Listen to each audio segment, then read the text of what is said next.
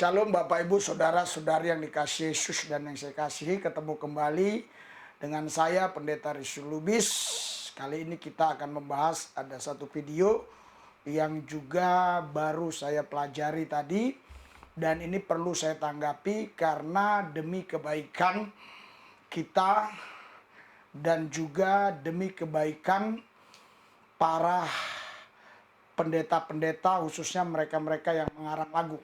Itu sebabnya saya harus luruskan kesalah mengertian atau mungkin fitnahan ya. Tapi sebelumnya ingat saudara ya, subscribe, like, and share, dan jangan lupa komen. Tapi harapan saya komennya yang sopan, tidak boleh dengan kata-kata kotor, karena kalau pakai kata-kata kotor itu anak setan. Pakai kata-kata yang baik itu anak Tuhan. Sebelum saya mengomentari pernyataan ini, saya tampilkan lebih dulu video yang berikut ini. Sebelum terjadi pada pendeta karismatik, rontoknya karismatik sudah lebih dulu terjadi pada lagu-lagu rohani karismatik, di mana dua label terbesar, maksudnya production house, ya, perusahaan rekaman lagu-lagu rohani di Indonesia, demi mengejar keuangan sekarang hancur katanya. Label ini mendukung penyanyi-penyanyi yang bergelut di dalam dosa persinahan. Akibatnya lagu-lagu rohani karismatik kini sudah ditinggalkan. Justru terbalik om. Lagu karismatik sekarang lagi digandrungi. Berjuta-juta orang, kalau Om Tong lihat NDC, GPCC, lihat semua yang di YouTube itu, penontonnya berjuta-juta orang, subscribernya berjuta-juta orang, Pak Tong. Ya. Terus Anda bahaya ini loh. Pendeta kok berani-beraninya bilang itu diproduksi dari para pendeta pezina, orang-orang pendosa yang bikin lagu dan sebagainya. Jangan menghakimi begitu Pak Tong. Anda bisa kasih orangnya enggak? Siapa? Orang-orang yang hidup dalam dosa perzinahan. Orang-orang yang hidup dalam dosa perzinahan, ya, bergelut di dalam dosa perzinahan itu bikin lagu. Lalu label ini hancur bangkrut gara-gara seperti itu. Tidak Pak. Saudara, Bapak Ibu sekalian, semua saudara, semua saudari, semua Anda sudah melihat dan mendengar langsung tadi video yang singkat tadi, di mana Pak Stephen Tong mengatakan sebelum pendeta karisma atau karismatik hancur, lebih dulu lagu-lagu karismatiknya hancur. Ada dua house production atau dua label besar lagu rohani, ya, itu sekarang hancur perusahaannya, karena lagu-lagunya tidak laku lagi, disebabkan karena penyanyi-penyanyinya itu penjinah. Sayang sekali Pak Stephen Tong ini tidak memberitahu namanya. Saya akan menanggapi ya. Pak Stephen Tong, yang saya ketahui lagu-lagu rohani ya karismatik itu sampai sekarang masih jaya. Masih diminati banyak orang dan orang diberkati lewat lagu-lagu itu. Contohnya ya, lagu Darahmu Yesus. Itu bukan hanya orang karismatik saja, tapi banyak juga orang-orang reform, orang-orang HKBP, dan banyak lagi ya, GKI dan seterusnya, memakai lagu-lagu itu ketika ada di bis. Sorry, maksud saya kalau bisnya yang punya orang Kristen rohani ya, maksud saya di mobil-mobil pribadi mereka ya. Jadi mereka masih gunakan itu ya, lagu Darahmu Yesus. Pak Stephen Tong tahu nggak siapa pengarang lagu tersebut? itu Dr. Insinyur Niko. Itulah yang Bapak katakan itu nabi palsu itu. Ya. Jadi lagu-lagu karismatik ini sampai sekarang masih diminati orang. Lihat tuh konser-konser lagu-lagu karismatik, konser-konsernya itu dibanjiri banyak orang ya untuk menontonnya. Itu membuktikan bahwa lagu-lagu ini masih digemari banyak orang.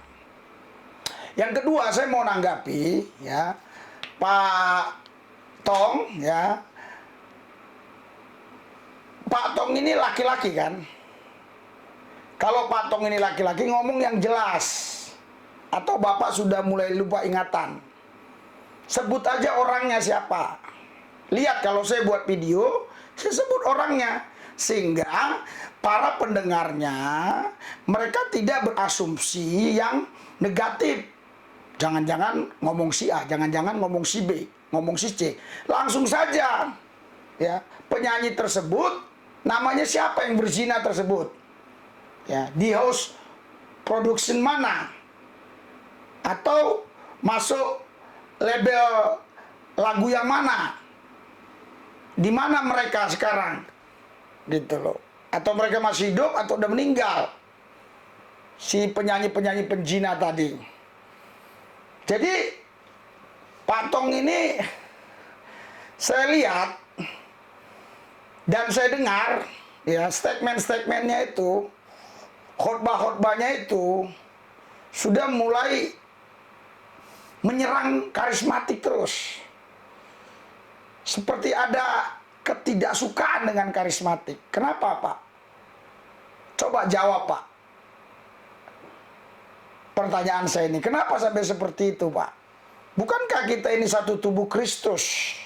Bukankah kita ini sama-sama percaya bahwa Tuhan Yesus itu Allah yang Maha Kuasa, Allah yang Esa, yang mati bangkit. Maksud saya mati sebagai anak manusia, bangkit dalam kemuliaan sebagai Tuhan Allah. Dan dia juga akan datang kembali menjemput kita, menyediakan tempat bagi kita di kerajaannya. Bukankah kita sama-sama satu pemahaman untuk hal itu? Kenapa Bapak terlalu benci kayaknya dengan karismatik ini? Ya, itu menurut saya Bapak itu fitnah. Karena Bapak tidak sebutkan siapa penyanyi rohani yang berzina itu. Sehingga lagu-lagu karismatik tidak laku. Bapak tahu nggak kenapa lagu-lagunya sekarang ya PCD-PCD-nya kurang laku? Karena orang sekarang sudah punya yang namanya apa namanya ya, macam-macam teknologi sekarang. Jadi nggak perlu lagi beli PCD ya. Mereka melihat di internet saja sudah banyak lagu-lagu itu semua. Di YouTube bahkan ada apa namanya? Flash disk dan yang lain-lain. Jadi semua itu sudah menolong orang-orang untuk mendengarkan lagu itu sehingga mereka tidak perlu lagi beli kaset-kasetnya. Jadi bukan karena apa namanya tumpur ataupun bukan karena dia house production itu tidak maju lagi, bukan karena penyanyi-penyanyi berzina, bukan. Ya. Jadi kalau memang berzina Bapak sebut saja, Pak, ya. Ini firman Tuhan untuk Pak Stephen Tong. Saya bacakan ya, Efesus 4 ayat 31.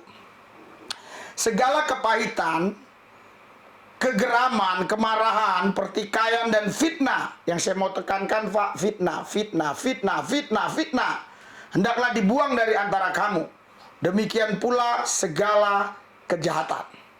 Fitnah itu harus dibuang, Pak, ya. Bapak baca lagi Kolose. Kolose pasal 3 ayat 8 ya. Di sini dikatakan, tetapi sekarang buanglah semuanya ini, yaitu marah, geram, kejahatan, fitnah, dan kata-kata kotor yang keluar dari mulutmu. Fitnah itu termasuk kata-kata kotor yang tidak baik. Buang. Saya bacakan satu ayat lagi, Efesus pasal yang keempat ayat 31, Pak. Pak Stephen Tong. Segala kepahitan, kegeraman, kemarahan, pertikaian dan fitnah. Ya, ini hampir sama dengan tadi. Hendaklah dibuang dari antara kamu, demikian pula segala kejahatan. Jadi fitnah itu muncul dari kepahitan menurut ayat ini ya. Dan kepahitan itu akan melahirkan fitnah. Fitnah itu masuk dalam sebuah kategori kejahatan ya. Untuk Pak apa namanya ini Joshua Teu ya, untuk Pak Joshua Teu ya, jangan bosan-bosan Pak ya. Terus mana yang nggak benar singkapkan saja Pak, kita dukung Pak.